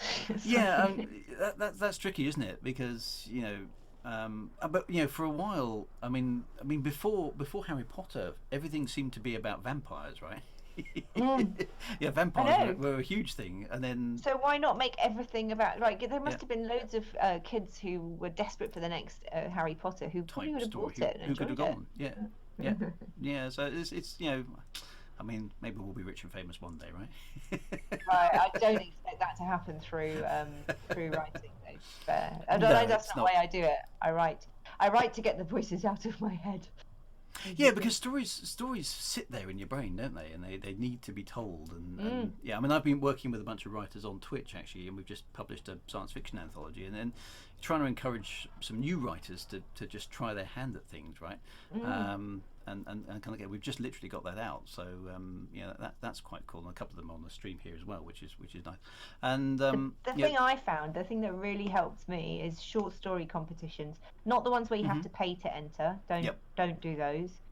But lots of people run just sort of short story competitions, or run one yourself. You set a challenge, get people to set you a challenge. Short stories are like the kind of chin-ups of the writing world. Yeah. Give you a profile.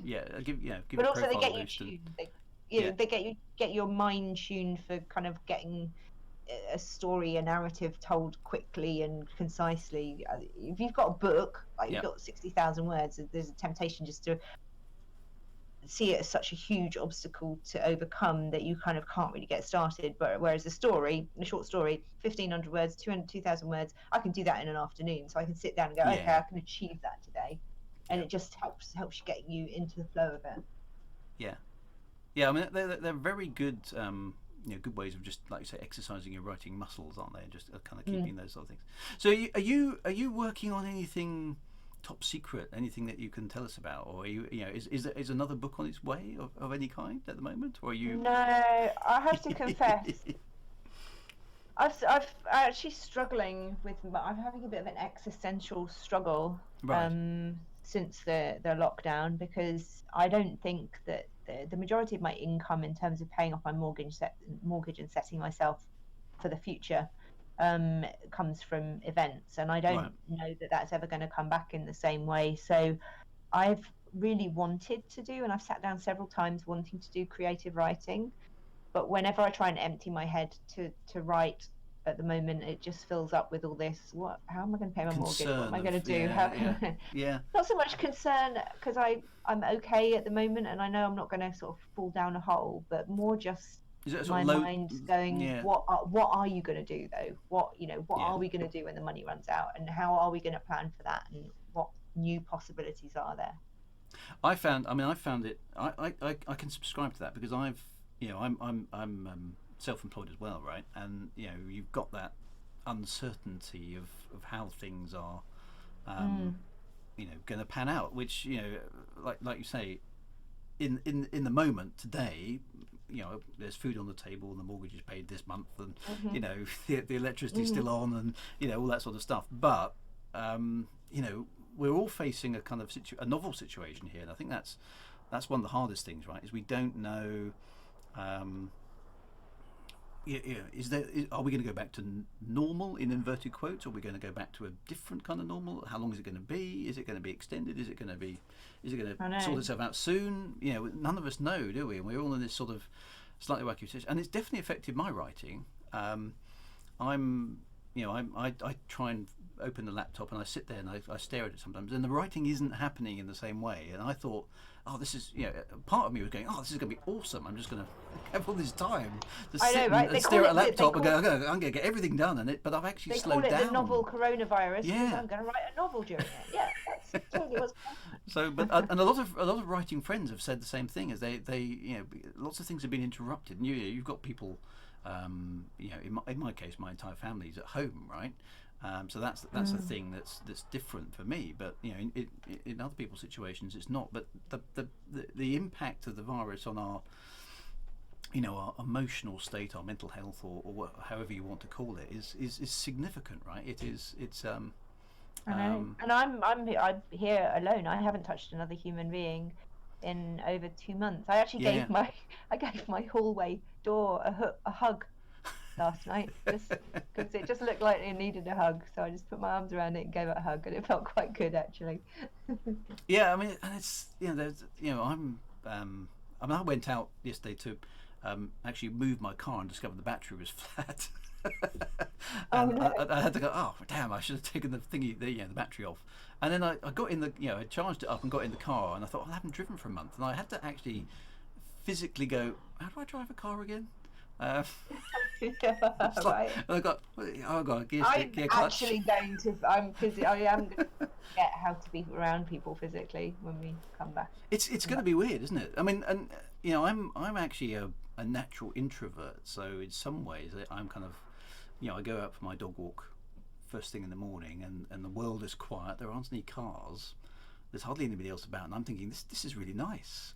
And then another part of me is like, well, it's just, it just feels wrong, because there's nobody about, and you can't interact with anybody properly anymore because they're TV just people there. tend to be quite huggy people as well. Yeah, like, I can imagine. yeah. Yeah. So, and when I work with people again, they're going to come up for a hug, and I'm going to be like stepping back with my hands in the air, going, "No." It's very strange. It's very strange. But let's hope it all, things can recover, because we are in sort of uncharted territory really, in terms of, each other and people and relationships and the economy, and all of these things are kind of all mixed up, right? It's a very strange time, and it came on so quickly as well. I think that's Frank Miner's right. It feels like a science fiction movie. It does feel a bit like a science fiction movie. Thank you so much, Margaret Darkstone. I do actually have a zombie apocalypse go bag in my loft though. So I'm kind of, I feel like I've been in training for this for quite a long time. That's right. I literally only, you cannot get bottled sparkling water anywhere at the moment. And I've literally only just run out of my hoarded stash because I've been. It's weird, isn't it? Yeah. So must admit, I haven't run out of anything. Well, I mean, we're very lucky. My daughter actually works for the NHS, so she's actually got access to the supermarkets an hour earlier than everybody else, which is less of a problem now than it was early on. But it's she's sort of taken on the most of the shopping runs, which has been quite good. So we kind of work out a list of what we need, and she goes off and she goes off. What's the film and the book? The Hunger Games. She goes off and goes, I volunteer for tribute. I volunteer for the supermarket. Does she take a bow and arrow with her? Yeah, that's right. Just goes off, comes back with bags, So she's totally victorious. So all that sort of stuff is kind of good. So no, it's a funny thing with books. Is those sort of things. So yeah. So did you ever consider doing a second book for Elite, or was it never something that really bothered you? Or? Yeah, I've got a plan and everything. Ooh. But I have not had any indication that they're open to or have the time even, and to be honest, I didn't ever pursue it in an aggressive manner because I was so busy with everything else. Yeah. So yeah. And I badgered them quite a long time about a second book. Obviously I ended up doing one, but I think you have to push hard for that, and I badgered them for a third one, but I think I ended up in the same situation. Yeah. Is that they never said no, but they never said yes, crucially, and I think that was yeah, exactly. And it's just how much energy do you want to put into bashing them around the head to let you do it? Well, that's right. And this is what I mean. I don't want to be negative, so let's avoid being negative, right? But I think I just think the emphasis has moved away. And that's not necessarily a bad thing. What we did for the Elite Dangerous game was a point in time, right? I tend to try and look at the years from sort of 2014 to 2016, 2017 maybe as kind of the highlight of the game from my perspective. Not everybody else necessarily agrees with that, but that's when, to me, all the cool stuff was happening. Everything was new and fresh and exciting, and we had player groups, and we had books, and we had we had that launch event, and we had the Frontier Expo, and all those things, right? And ever since then, it feels like we've kind of, when you go to a really good convention, and then you come away the next day and you kind of feel all you kind of get that sort of convention lag, you sort of get the come down from all the adrenaline. It felt like kind of that sort of experience really, and maybe it's best to kind of look at that and go, that was a cool thing that we did, right? And just look at it as a period in time when we did cool stuff, and then let's figure out other cool stuff to go and do in the future, right? So I don't know. And you've got you're prolifically publishing. That's not an easy thing to say. Prolifically, I can't even say it. I can't say you're prolifically publishing. I can't say it. So prolifically public. No, yeah. What you said. But yeah, no, it's good to see, and I've always been impressed and a little bit scared by your ability to get words down onto paper. Well, the secret to what I do is basically I plan everything out to the nth degree, right? So the Shadewood series of books, which I've literally, the fourth one's just coming out soon, fourth and final one actually, I should add, to that saga is I designed that story all in one go. So even though it's 4 books, right, it's actually only one story, and so I planned it out in great detail. So I knew all the characters, I knew who was going to die, who was going to live, who's going to have this happen to them, blah blah blah. Everything was kind of sorted out in my head, right from scratch, and I've just filled in the detail. And then the 4 books I've just written them from that template, if you like, until I got to the end. Yeah.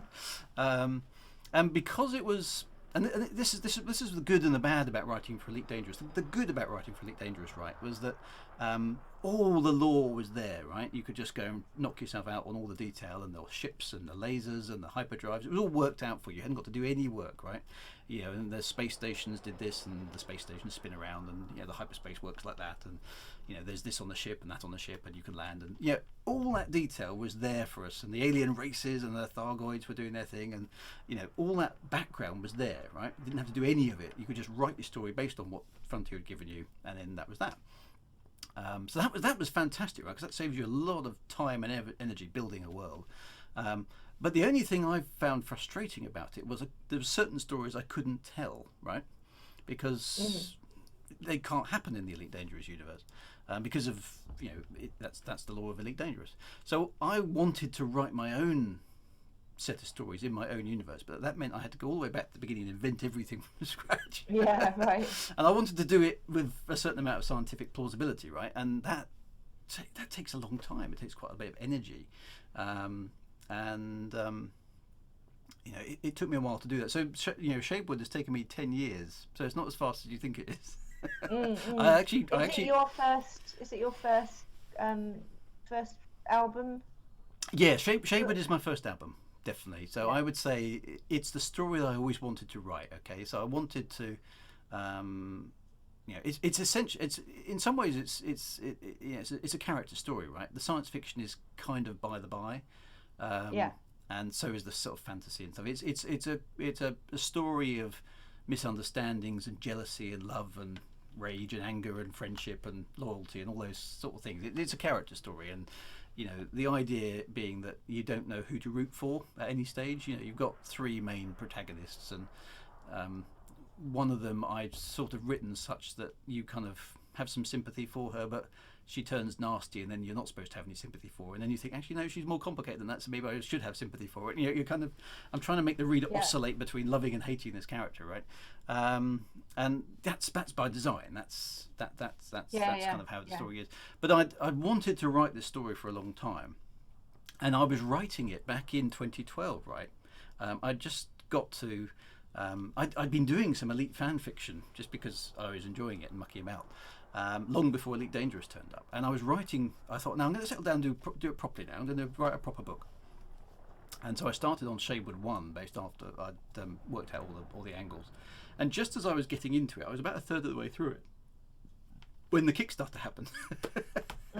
It totally derailed everything for 2 years. So that's one of the reasons that there's been such a delay getting this whole thing. So it's taken me. It is about 10 years from beginning to end to write 4 books. Yeah. Cool.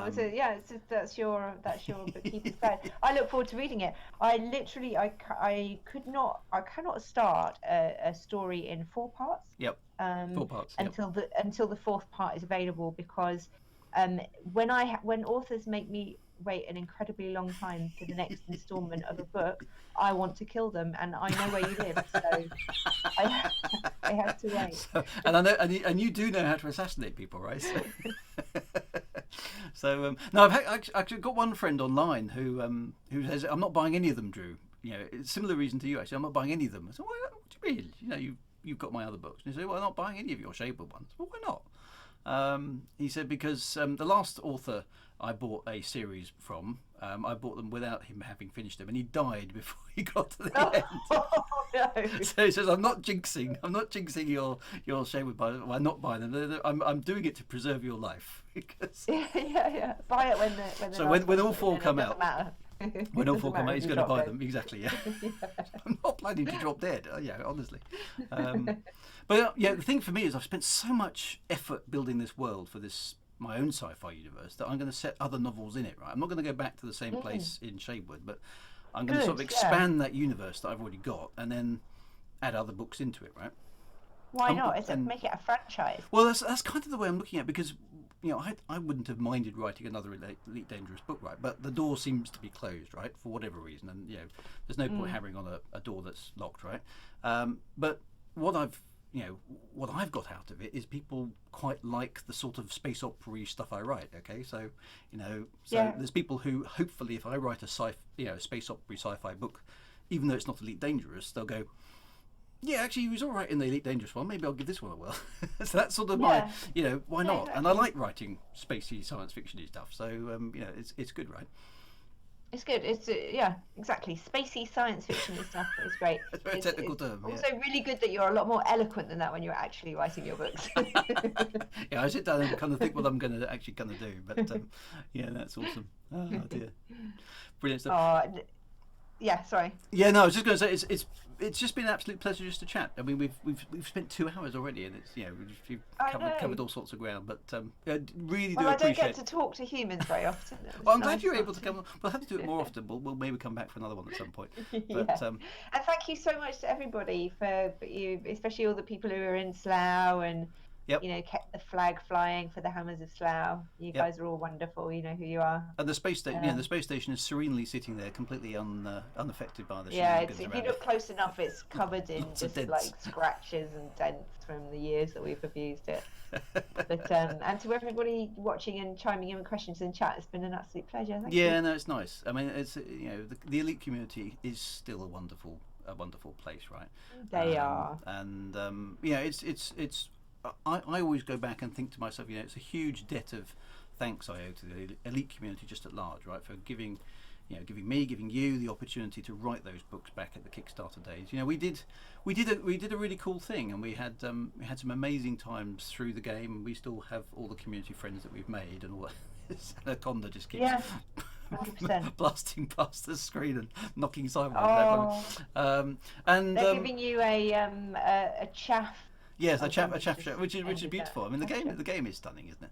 And props to Frontier for making such a beautiful thing for us to kind of play in. But and I'm just glad to have been around in those years of Elite Dangerous, right? I think being in there from the start, enjoying that Kickstarter excitement and the game coming out, and being able to write the books and take part in the lore, and have there's a space station there.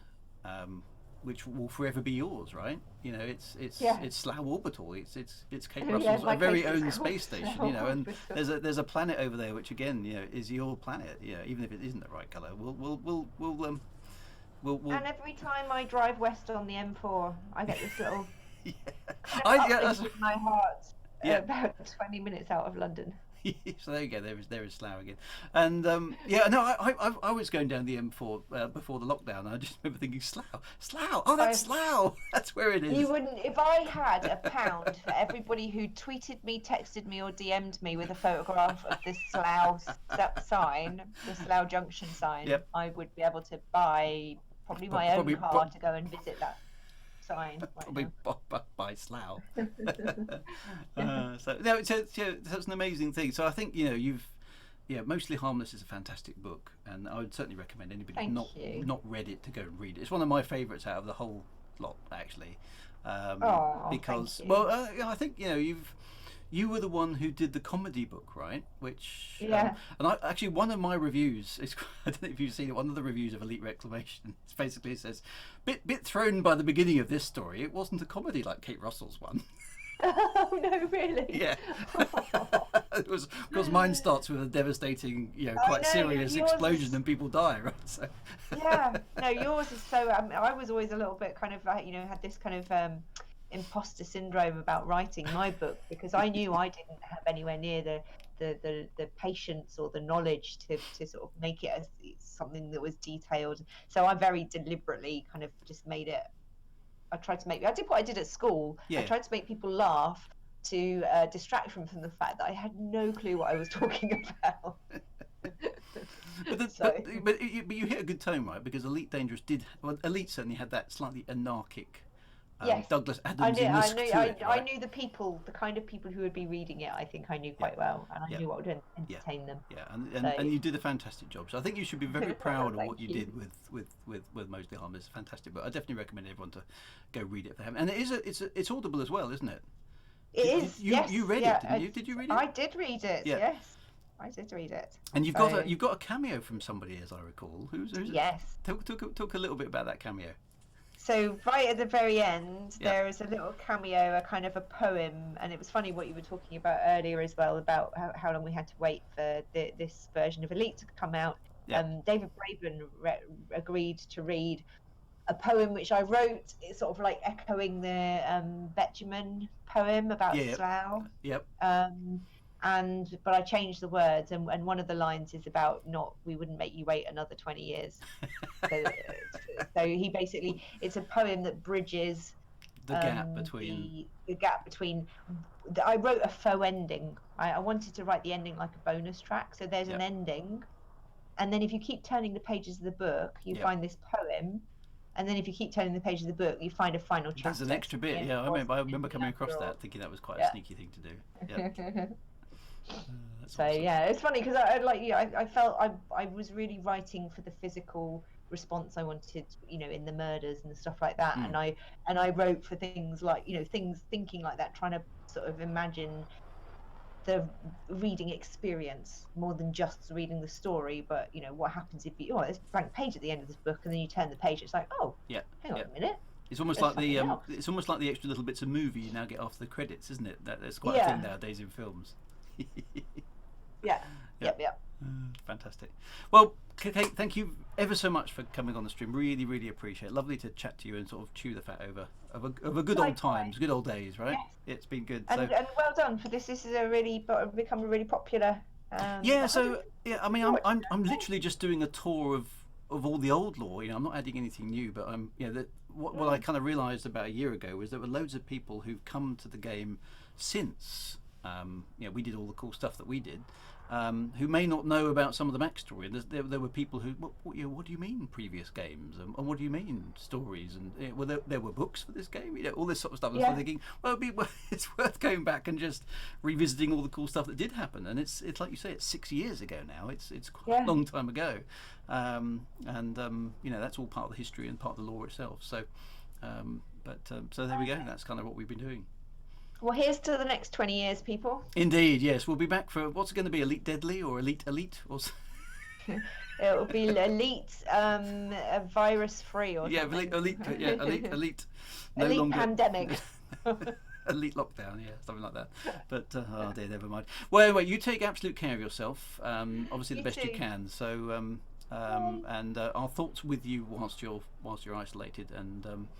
Hopefully we'll be out of it soon. That would be good. But thank you very much. For everybody on stream, we'll be obviously back next Thursday, where we're going to be talking about generation ships and hyperspace. So lots of lore stuff coming back into there, and then onwards into the darkness we will go. So thank you very much to Kate. Thank you very much to everybody on stream. It's been an absolute pleasure. My poor Cobra getting bashed to bits here with all these side ones. So thank you for everybody who took part in the demolition day, but that was good fun as well. Thank you very much to the Hammers of Slough for hosting us, and thanks obviously to Kate for the creation of Slough and Slough Orbital. What a place to be in Elite Dangerous. The beating heart of the Elite Dangerous world.